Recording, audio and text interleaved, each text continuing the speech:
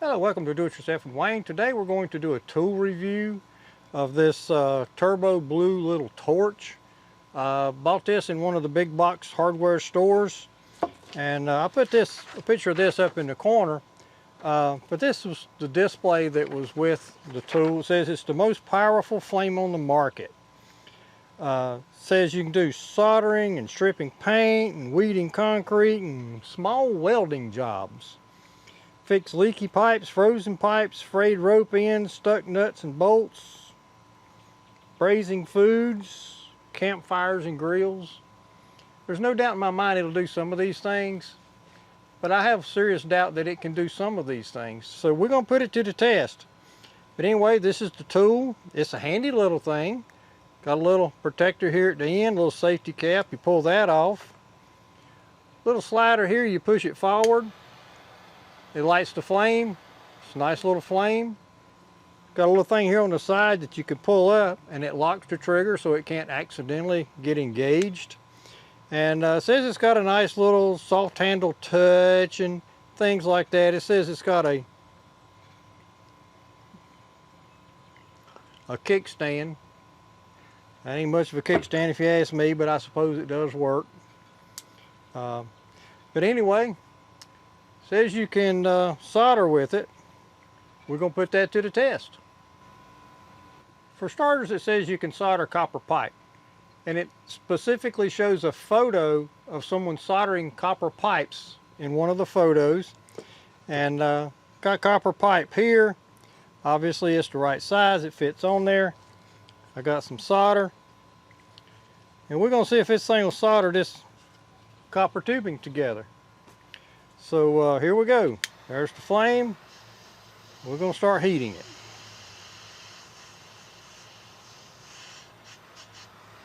Now, I've soldered copper pipe before, and I know you need to get heat all around it.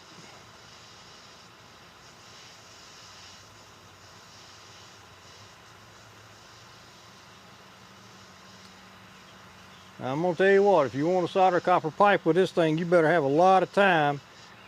Because this, right now I'm sitting out here, it's about 90 degrees today, which is a nice hot day, and this pipe just ain't getting hot enough to do the job with this little torch. So I would have to say it's an absolute failure in soldering copper pipe together. Now I'm going to take this out. It did get hot though, I'll give it that. It got the pipe hot, but not hot enough to solder it together. Now the next thing I'm going to do is I'm going to try soldering some wires together. Got a couple wires here. I'm going to twist them together, which you should always do if you're soldering wires together. Get a good physical connection before you make the solder connection. All right, let's see if it'll solder wires together. I suspect it can do this.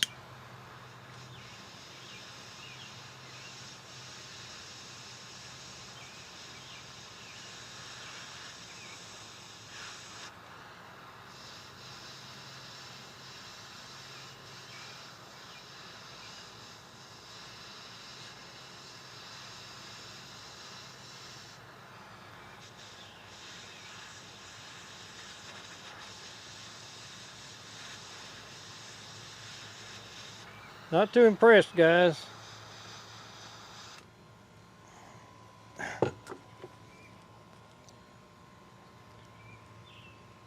If you want to solder wires together, get yourself a soldering iron. This thing was heating the wire up, and it would eventually get it hot enough that you can solder it, but it was so slow, it was melting the insulation on the wire before the wire got hot enough to solder. A good soldering iron, you really don't have that problem. So I would call that a failure as well. You could use it for that, you could make it work, but if you want to solder wires, get you a soldering iron, not this thing. Now it also says weeds in concrete. Well, if you take a flame and you hit a weed, you're going to kill it. There's no doubt in my mind it can do that. It says small welding jobs. I don't know what kind of welding they're talking about. When I think about welding, I'm thinking about steel, maybe aluminum, but probably not. There ain't a chance in the world this thing's going to weld steel together. If they're talking about solder, That's kind of a welding, and you might get it to do that, but it's going to do a lousy job of it.